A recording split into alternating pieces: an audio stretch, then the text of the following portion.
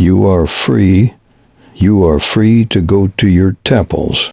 You are free to go to your mosques or to any other places of worship in this state of Pakistan. You may belong to any religion or caste or creed that has nothing to do with the business of the state.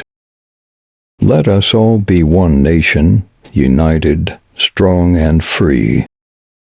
We are not enemies of Hindus or any other community. We want to live in peace and harmony with them.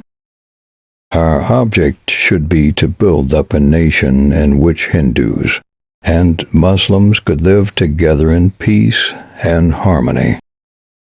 If we are to make a success of Pakistan, we must learn to sink our differences and rise above the petty prejudices which have divided us in the past.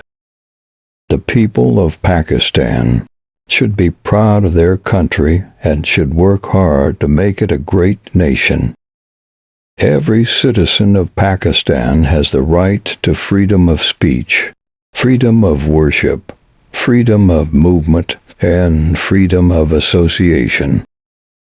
The government of Pakistan should be based on the principles of democracy, secularism, and socialism.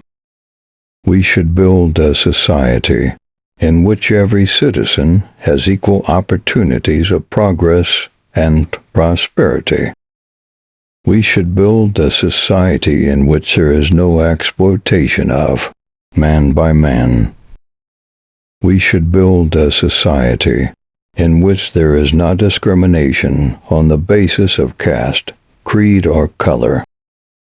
We should build a society in which there is no poverty and hunger. We should build a society in which there is no illiteracy. We should build a society in which there is no crime and violence. We should build a society in which there is peace and harmony.